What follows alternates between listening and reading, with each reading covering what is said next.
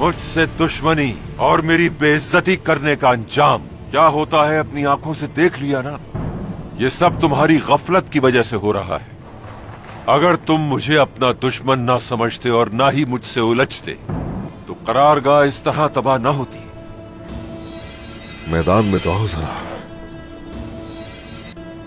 अब तुम मेरे हाथों ही मरोगे। आगे मत बढ़ना उस्मान। बेगम खातून की जिंदगी चाहते हो तो रुक जाओ। अब करारगाह पे नजरें घुमाओ जरा। ये उड़ता हुआ धुआं तुम्हें याद रहेगा जिंदगी भर। देखो, जंग से पहले ही तुम्हारे पैरों तले जमीन खिसक गई है। तुम्हारा गरूर कैसे तोड़ा है मैंने, ये तुम्हें जिंदगी भर याद रहेगा। ये तुम्हारा आखिरी खेल होगा, ये और तुम्हारा अंजाम होगा। चलो निकालो तलवार और करो सामना। बेगम खातून को छोड़ो। नहीं, आज इतना ही नुकसान काफी है तुम्हारे लिए। अपनी ये ताकत कल के लिए बचाओ। जैसे तुमने मेरे साथ खेल खेला था, बिल्कुल वैसे ही बेगम खातून का सहारा लेकर मैं यहां से निकलूंगा।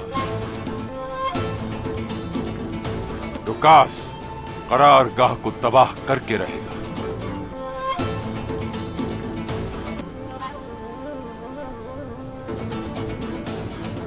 गायोमार सरदार, चलो। बिल्कुल बेफिक्र रहे आपा, हम आपको बचा लेंगे। ये मेरा कुछ भी बिगाड़ नहीं सकता भाई, फिक्र मत करना। भागो उस्मान, भागो। इससे पहले कि मजीद सिपाही मारे जाएं तुम्हारे। अलवाय, यूसुफ। जी सरदार। सरदार, तुम दोनों उसके पीछे जाओगे और बेगम खातून को हिफाजत लेकर आओगे। जो हुक्म सरदार। जो हुक्म सरदार। सिपाहियों, करारगाह की तरफ जाएंगे। आ जाओ।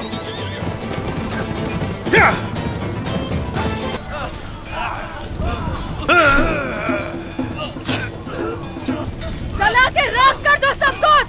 चलो जल्दी। इस करारगाह की हिफाजत तुम्हारी जिम्मेदारी थी ना। आज तुम मौत का मजा चखोगे। तुम बुज़दिल और शैतान हो। हम छुप कर वार नहीं करते तुम्हारी तरह। दिखाओ अपनी ताकत यहाँ मुझे।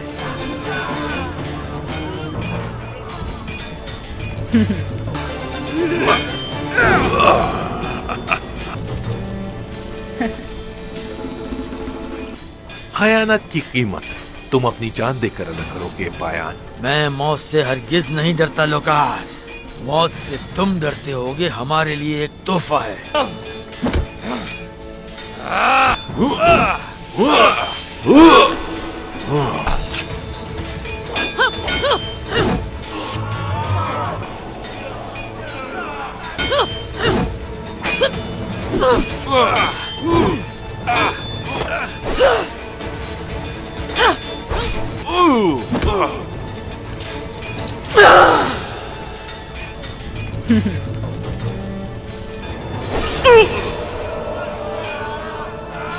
सोफिया,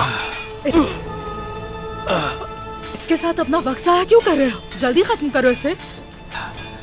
अल्लाह का शुक्र है कि मैं बिस्तर पर नहीं बल्कि मैदान में जंग लड़ते हुए शहीद हो जाऊंगा। आओ अपनी हिम्मत दिखाओ कातिलों।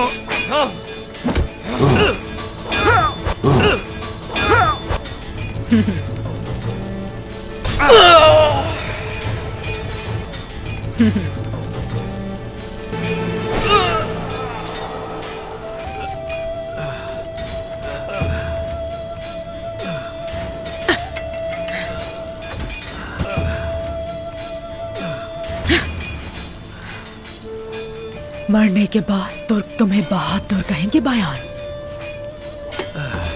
कहेंगे कि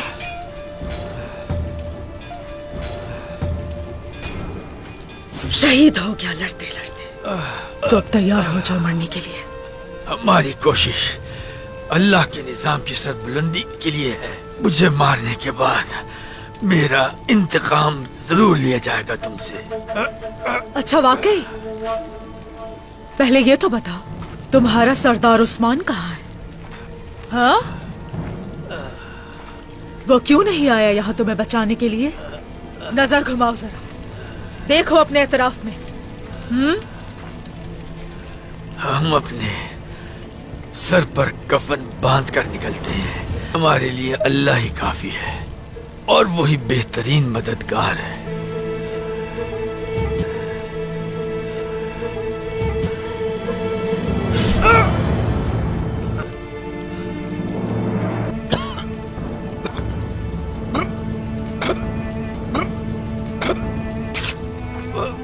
अपने ही खून में डूब जाओ बायान। अब तुम अपने आखिरी अल्फाज उस्मान को बता सकते हो। आओ सोफिया।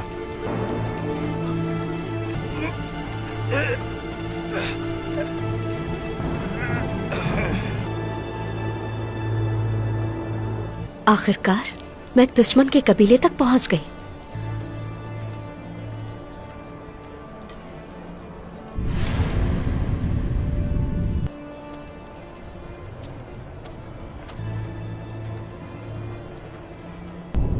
बाला,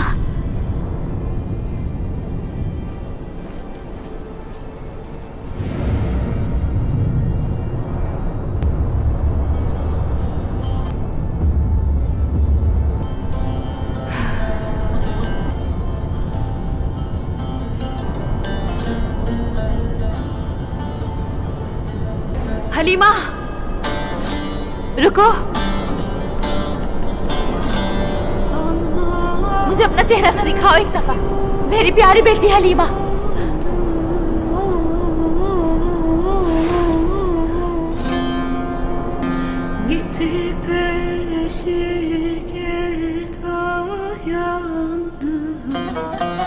Bebek uykudan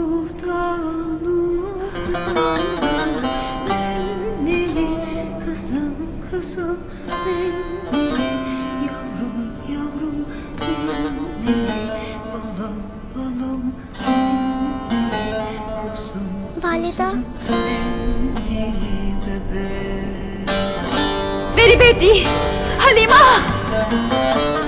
हलीमा कहाँ है मेरी बेटी? हर तरफ देखे, हर तरफ देखे, हर तरफ तलाश करे, कहाँ चली गई? yavrum yavrum nenni kızım kızım nenni balam balam बेटी, kuzum kuzum nenni bebek ये तुम ही हो? कितना अरसा गुजर गया, मैंने तुम्हें नहीं देखा।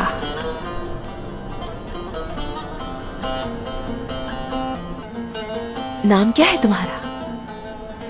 मैं आपके पास ही आ रही थी तो मिल लिया आपने मरियम से।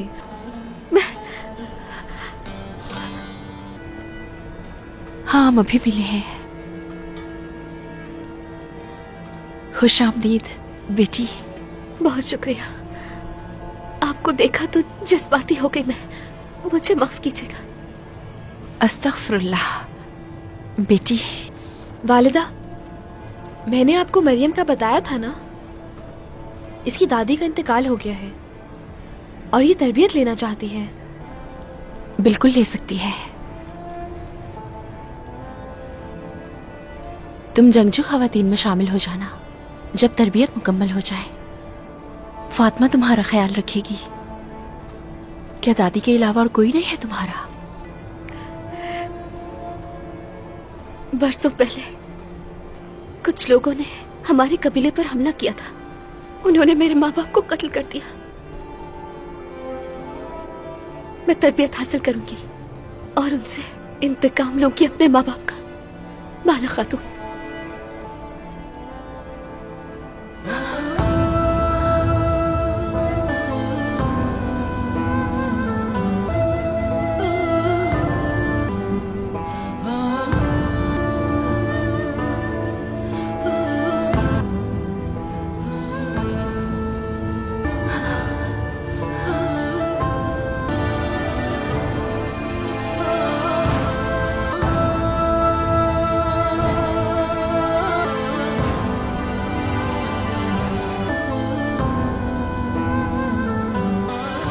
अब खुद को कभी अकेला मत समझना मेरी बेटी।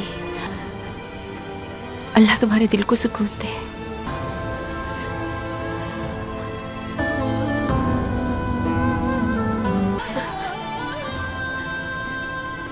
शुक्रिया। अब मैं आपसे इजाजत चाहती हूँ बाला खातून।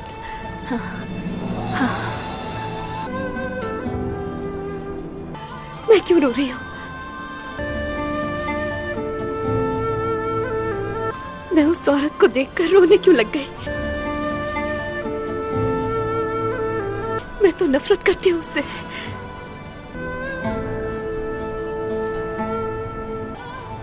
तुम्हें मार डालूंगी बाला, कसम खाती हूँ तुम्हें मार डालूंगी। अकेली रह गई है ये।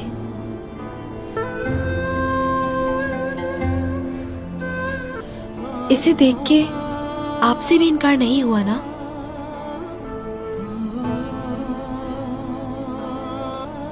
और आपकी आंखों में आंसू आ गए। अब से ये हमारे कबीले में तरबियत हासिल करेगी। हाँ मेरी बेटी ऐसे ही है। तुमने अच्छा सोचा उसके लिए।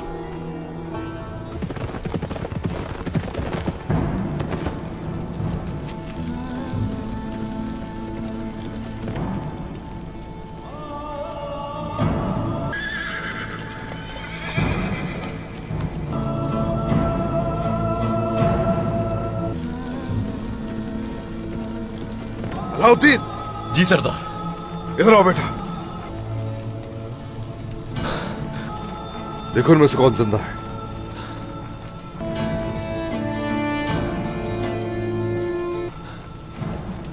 ये शहीद हो गए। सबको गौर से देखो। वो जिंदा है तो फौरी इलाज करो उसका। जल्दी करो अलाउद्दीन, जल्दी। नहीं, ये सब शहीद हो गए।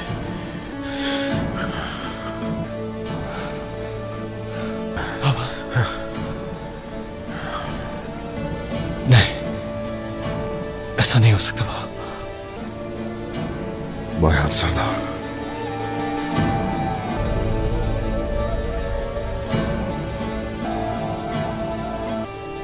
ऐसा नहीं हो सकता बाबा, ऐसा नहीं हो सकता। बाबा, बाबा, बाबा, बाबा।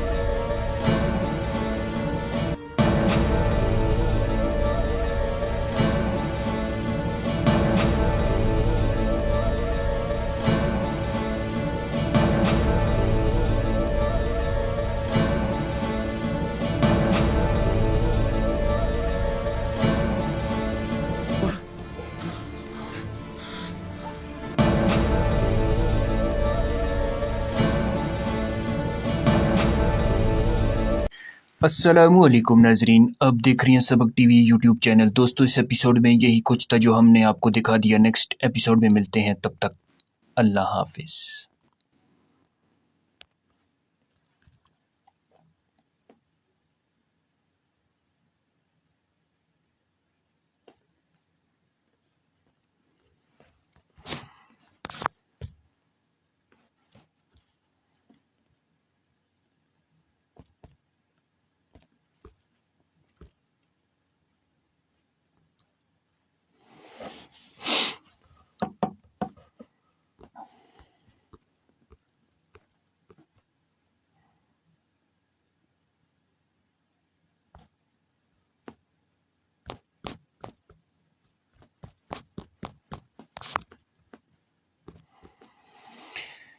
मुरहीन लिखते हैं कि ये मुहासरा लगभग 3 हफ्ते जारी रहा और इस दौरान दोनों लश्कर एक दूसरे पर शदीद संगबारी और आतिशबारी करते रहे थे। फ्रांसीसियों और दूसरे सलीबियों की बदकिस्मती ये थी कि चौथे हफ्ते का आगाज में चंद मुसलमान एक सुरंग के जरिए किले के शमाल बुर्ज में दाखिल हो गए थे और इस पर अपना झंडा लहरा दिया था। ये सारी कार्रवाई इन्होंने रात के वक्त की थी। सुबह को नसरानियों ने बुर्ज पर मुसलमानों का झंडा लहराता हुआ देखा तो वो दंग रह गए थे। लिहाजा उन्होंने किले से बाहर निकलकर सुल्तान के लश्कर पर भटकती और खौफजदा गिद्धों और स्याह रसीदा जमीन पर उठते शराब लम्हों की तरह टूट पड़े थे। सुल्तान को भी उनके ऐसे रद्द अमल की पहले ही उम्मीद थी। लिहाजा जो ही वो मुसलमानों पर झपटे, इन जैसे रद्द अमल करते हुए सुल्तान अपनी पूरी ताकत और कुव्वत से करब खेजी के नहा तूफानों, अरमानों और हसरत तक के वीरानों उन पर टूट पड़े थे। अपने पहले ही वार में यानी जोरदार हमले में सुल्तान ने अपने सलारों और लश्करों के साथ लगभग 5000 सलीबियों को खून में लपेटा कर रख दिया था। ये सूरत हाल हवैन के सलीबियों के लिए नाकाबिल बर्दाश्त हो गई थी और वो सब कुछ छोड़कर भाग खड़े हुए थे। इसके बावजूद सुल्तान ने 4000 को गिरफ्तार करके असीर बना लिया था। सुल्तान बगैर किसी रोक के एक फातेह की हैसियत से फ्रांसीसियों के किले हवैन में दाखिल हुआ। यहाँ सुल्तान के चंद रोज़ क़याम किया। शहर का नज़्म नक्श दुरुस्त करके वहाँ से अपना एक वली मुकर्रर कर दिया। फिर अपने लश्कर के साथ सुल्तान वहाँ से निकला और एक करीब ही किला जिसका नाम आकाफ था, इस पर सलीबी काबिज हो रखे थे, इस पर हमला आवर होकर इस पर भी कब्जा कर लिया था।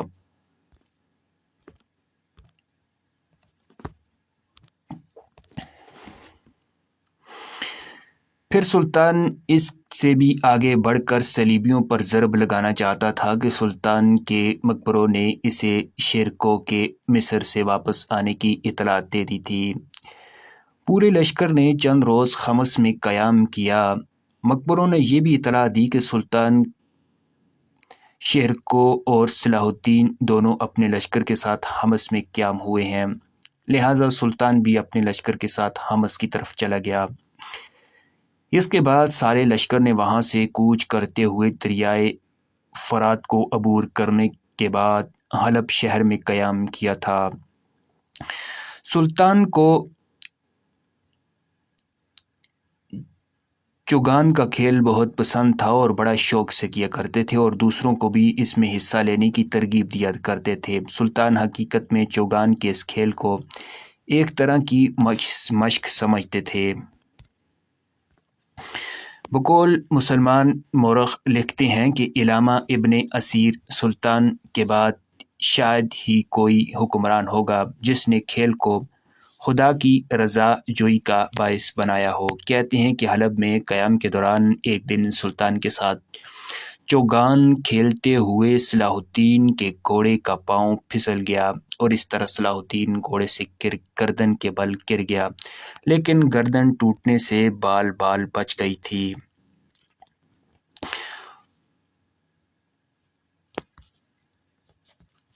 दोस्तों नेक्स्ट वीडियो में मिलते हैं, तब तक अल्लाह हाफिज़।